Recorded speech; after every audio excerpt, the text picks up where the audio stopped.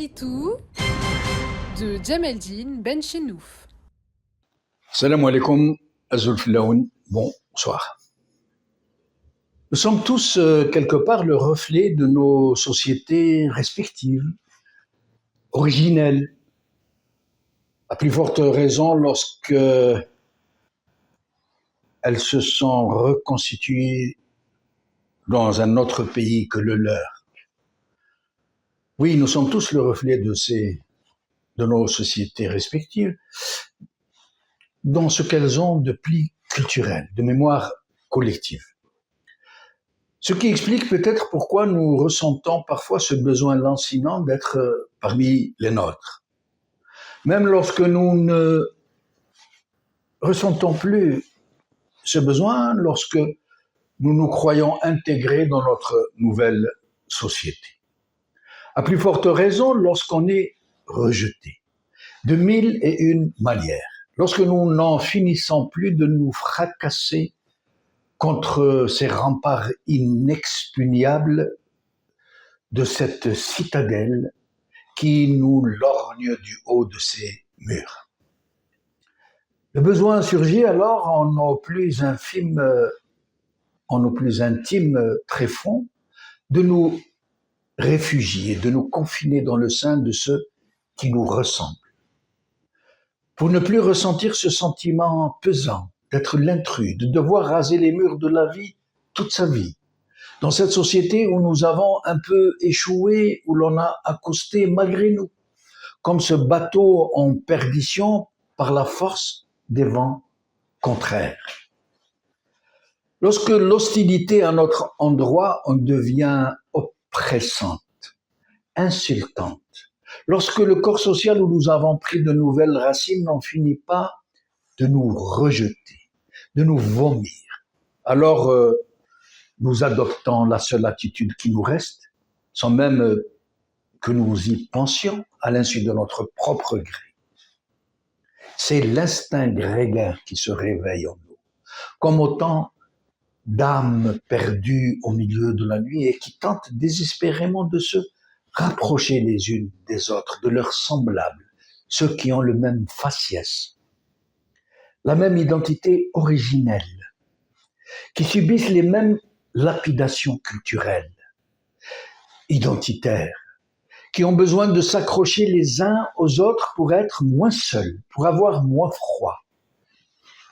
Nous nous sentons dans le besoin irrépressible d'affirmer notre identité profonde, ou ce que nous croyons être notre identité profonde, par une manifestation outrancière d'attributs et d'autres vestimentaires, religieux, culturels, qui nous caractérisent, pensons-nous.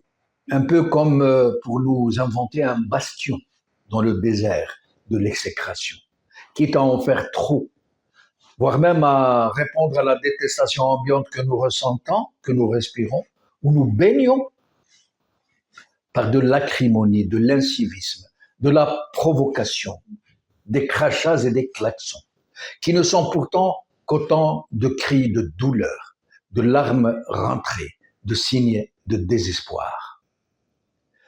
Nous sommes trop en souffrance pour comprendre que nous donnons le bâton pour nous battre, que nous déroulons nous-mêmes et contre nous-mêmes, comme des grands, le tapis rouge de la haine à des opportunistes qui trouvent désormais en nous un juteux fonds de commerce pour se hisser à la tête de la déferlante xénophobe.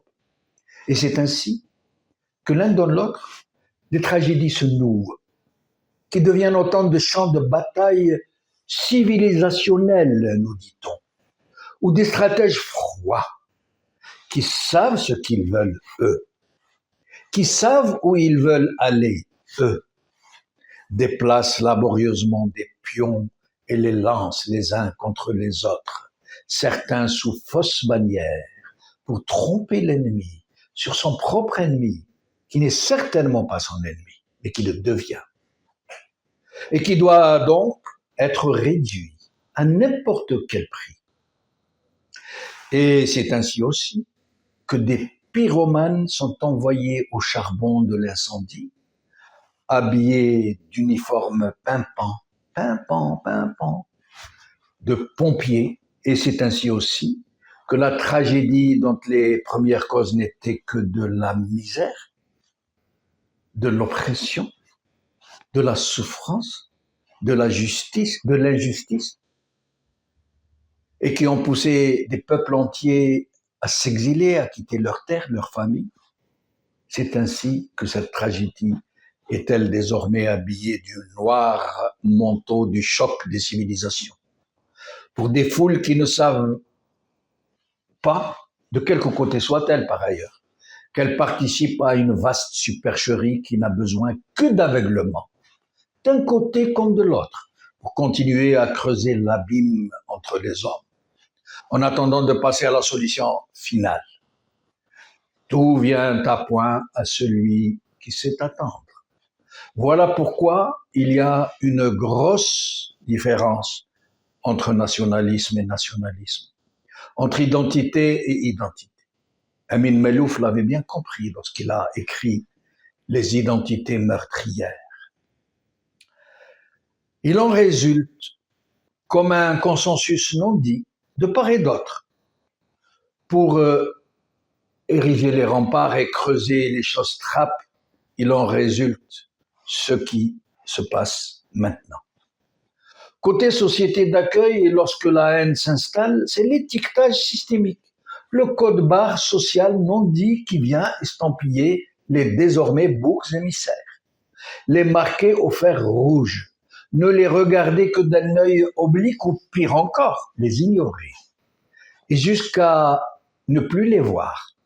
Côté communauté, comme on dit, côté quartier, sans dire difficile, il suffit de dire côté quartier, davantage de crispation, d'identification polémique, de mise en avant des pires pyromanes en guise de porte-étendard.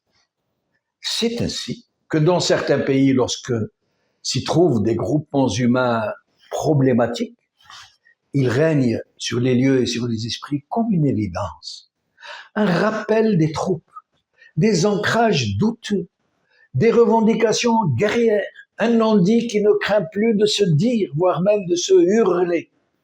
Qui a ses adeptes, qui a ses prophètes, a ses VRP, a ses vedettes des ondes, a ses aboyeurs, a ses fonds de commerce, voire même et surtout à ses électeurs, pour sacraliser l'enjeu, pour passer à l'étape suivante, celle de la stigmatisation légale, en attendant de coudre des croissants verts sur les djellabas des envahisseurs. Tout cela a un nom, ou plutôt des noms. Une conviction douteuse, le cassandrisme assumé, le ras-le-bol, le rappel des troupes, l'exclusion, le patriotardisme, le racisme et les inévitables va-t-en-guerre de service. Tout est laborieusement mis en place pour que les choses se fassent progressivement, insidieusement, pour faire passer les attitudes mentales, les convictions, les engagements d'une phase à une autre, diamétralement opposées, de l'humanisme et de l'universalisme au sentiment d'être envahi, parasité, où une exécrable engeance s'apprête à remplacer les authentiques sur leur propre terre matricielle, où les natifs ont été trop généreux, avec des gens dont ils avaient naïvement cru qu'ils étaient leurs frères humains, mais qui se sont avérés des ennemis infiltrés dans le sein des saints, des gens inassimilables, qui ne sont pas comme les authentiques, qui ont dégradé leur cadre de vie, qui leur pompent l'air, qui se répandent et se multiplient comme des nuisibles, incapables d'adopter les codes du terroir, incompatibles avec ses valeurs. Alors, que vienne l'heure de la lutte finale, mais façon Charles Martel. Voici venu le temps des guerriers et des sentinelles. Retentissez cornes de brune, roulez tambour, debout jeunesse. La peur doit changer de camp. Les purs sont chez eux, ils ne craignent plus de s'assumer en racistes, puisque c'est du racisme de légitime défense. Taillot, taillot, sus aux sarrasins, aux bronzés, aux noirs, aux gris, aux muses, pas à la muse, aux muses, aux musulmans. Chassez-les tous, Jeanne reconnaîtra les siens. Et c'est ainsi que chaque jour un peu plus, les mots ne craignent plus d'être ce qu'ils sont. Ces mots, ces gros mots, que l'histoire humaine connaît très bien, connaît trop bien pour leur monstrueuse efficacité, que Bertolt Brecht avait immortalisé en quelques mots. Le ventre est encore fécond, d'où a surgi la bête immonde. قال خير.